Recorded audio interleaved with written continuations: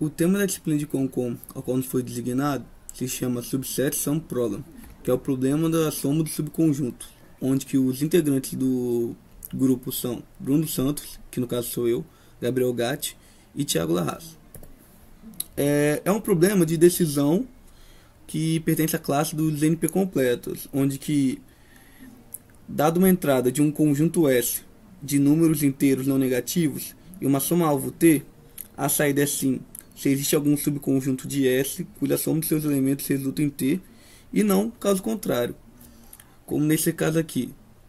Temos os seguintes elementos: 10, 0, 5, 8, 6, 2 e 4. E temos a soma alvo 15. A gente vai procurar alguns elementos que a soma dê 15. Como nesse caso temos o 8, o 5 e o 2. Então existe esse subconjunto que a soma dê 15. Então a resposta vai ser sim. Mas também temos o caso de ter 10 e o 5, que também a soma vai dar 15. Com a resposta dando sim também. Também temos o caso de termos a soma alvo 3, que não achamos nenhum elemento que dê essa soma alvo. Então a gente não tem um subconjunto que a soma dê 3. Então a resposta seria não.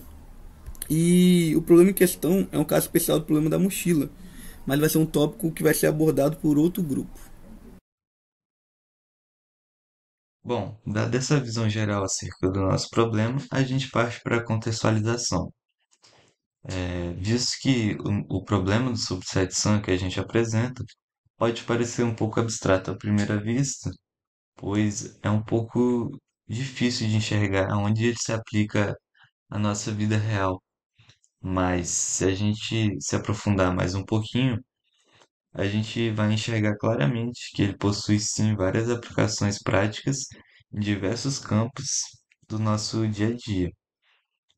Então, agora a gente passa a dar uma olhada em exemplos de como esse quebra-cabeça, que parece um pouco complexo inicialmente, se encaixa perfeitamente em diversas situações da nossa vida cotidiana. Então, o primeiro cenário que a gente selecionou para trazer na exemplificação da aplicação desse problema é o da otimização de recursos. Então, imagine que você está em um ambiente de produção que possui diferentes tarefas a serem realizadas, e para realizar essas tarefas você tem recursos disponíveis, como por exemplo tempo ou mão de obra. Então, você pode se perguntar qual é a melhor combinação ou a combinação mais eficiente de tarefas a serem executadas simultaneamente, a fim de maximizar o uso dos recursos. Então, você pode usar o subset sum para selecionar um subconjunto de tarefas a serem executadas de forma a maximizar a eficiência operacional. Dessa forma, você obtém esse conjunto de tarefas e você aumenta a sua eficiência e evita gargalos na execução dessas tarefas. O próximo cenário que a gente traz é do sistema de criptografia.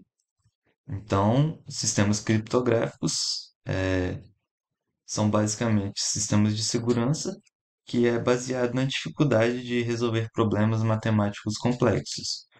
Um exemplo bem simples de criptografia seria, por exemplo, você pegar o número correspondente ao caractere ASCII e somar uma constante. Isso é um exemplo simples, mas geralmente são funções muito mais complexas do que isso. Então, a gente viu que a segurança reside na dificuldade de encontrar uma combinação específica de números que resulte em uma soma desejada. E isso é exatamente do que o subset sum se trata. Então, resolver o subset sum seria análogo a quebrar a criptografia.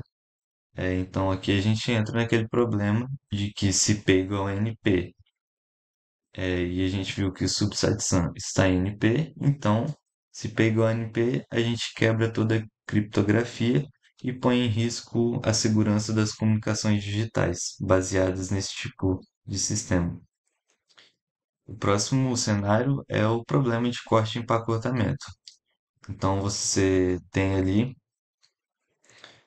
diversos pacotes a serem empacotados com dado material e você quer otimizar o uso desse material e evitar o desperdício.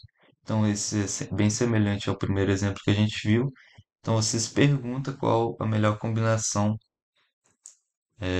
de um subconjunto de todos os pacotes que você tem para empacotar de forma a minimizar o desperdício.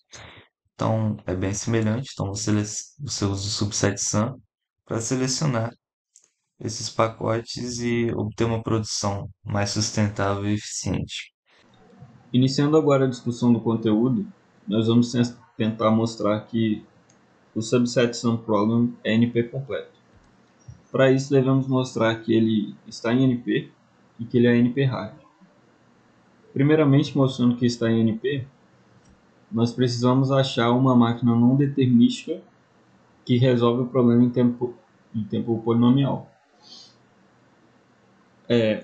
Essa máquina segue a estratégia de guess and check, onde ela escolhe não deterministicamente um subconjunto de S, que é um candidato, né?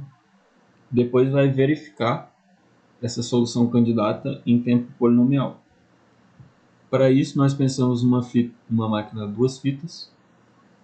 Na fita 1 tem a entrada, que é o conjunto S e a soma alvo T. Depois, ela escreve na fita 2 uma solução candidata, realiza a soma dos elementos e verifica se o resultado é igual à soma alvo. Para saber a complexidade da máquina, a gente tem que pensar no pior caso, que seria se a solução candidata fosse o próprio conjunto S, que vai ter aí tamanho N.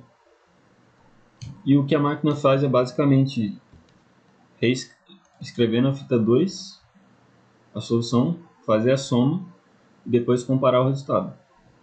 Tudo isso leva complexidade linear N. Portanto, concluímos que a complexidade da NTM que decide SSP está em Big O de N. Bom, agora nós vamos mostrar que SSP é NP hard. Pelo teorema de Cook, SAT é NP completo. Então, qualquer problema em NP pode ser reduzido em tempo polinomial para SAT. E em sala de aula foi mostrada uma redução em tempo polinomial de SAT para 3 SAT.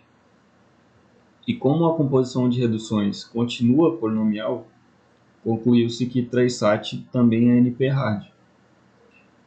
Então, o que nós vamos fazer aqui é mostrar uma redução de 3 SAT para SSP em tempo polinomial determinístico. E assim a gente vai provar que é NP hard. A redução é definida da seguinte forma. Nós devemos traduzir a fórmula ICNF de 3 termos em um conjunto de inteiros e em uma soma alvo. E se essa fórmula for satisfatível, então deve existir um subconjunto de S, cuja soma dos elementos resulta inteiro. Para exemplificar essa redução, nós temos a seguinte fórmula, CNF, com duas cláusulas e 3 termos, x1, x2, x3. Bom, o método se baseia na construção dessa tabela, onde cada linha é um número do conjunto S de inteiros. De forma que cada termo vai ser traduzido em dois números, y e z. E cada cláusula também vai ser traduzida em dois números, S e T. Bom, o y corresponde ao x e o z corresponde ao x barrado. Dessa forma, nós precisamos terminar de construir a parte que falta da tabela para obter esses números do conjunto S. Como que isso é feito? A gente pega a primeira linha, por exemplo, que é o y1. Então a gente vai pegar o x1 como sendo verdadeiro e, consequentemente, x1 barrado vai ser falso, o que vai tornar a cláusula 1 verdadeira e a cláusula 2 falsa. Então a gente preenche lá. Agora na segunda linha, como é um Z1, então x1 barrado vai ser verdadeiro e, consequentemente, x1 vai ser falso. Então a gente obtém que a cláusula 1 é falsa e a cláusula 2 é verdadeira. Seguindo esse processo, a gente termina de montar a tabela, obtendo todos os números do conjunto S. E agora falta a gente encontrar a soma-alvo T, que é dada pela última linha da tabela, esse valor K. Essa parte a gente preenche sempre com 1. E por que isso, né? Porque se eu tentar somar os dois primeiros valores da tabela, por exemplo, vai extrapolar o valor de K. E eu só somaria isso se eu pegasse, por exemplo, que o valor de x1 é verdadeiro e falso ao mesmo tempo, o que obviamente é inválido. E a soma dos dois números ali passaria de 20.000, no caso, o que passa da soma T. Agora essa parte da tabela a gente preenche com 3, porque a fórmula tem 3 termos. Então a gente chega no valor T, 11.133. Agora a gente vai exemplificar para mostrar que realmente funciona.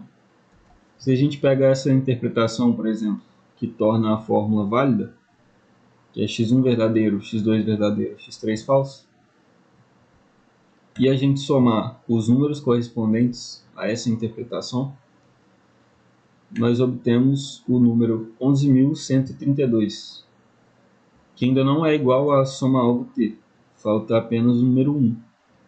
Então a gente pode somar, além desses, o número S2, por exemplo, e assim a gente obtém a soma-alvo T, mostrando que existe um subconjunto do conjunto S, na qual a soma dos elementos resulta em T. E essa redução pode ser feita em tempo polinomial determinístico. Então, assim a gente prova que SSP é NP-hard. Bom, apesar de ser um problema muito estudado, ainda não foi encontrado nenhum algoritmo que o resolva em tempo polinomial. O que existem são algoritmos de programação dinâmica que o resolvem em tempo pseudo-polinomial. Ou seja, é polinomial para o valor numérico da entrada, só que é exponencial no comprimento dessa entrada, sendo o comprimento a quantidade de bits necessária para escrever a entrada. E por isso, o SSP é dito fracamente NP completo. Bom, obrigado pela atenção e tenha um ótimo dia.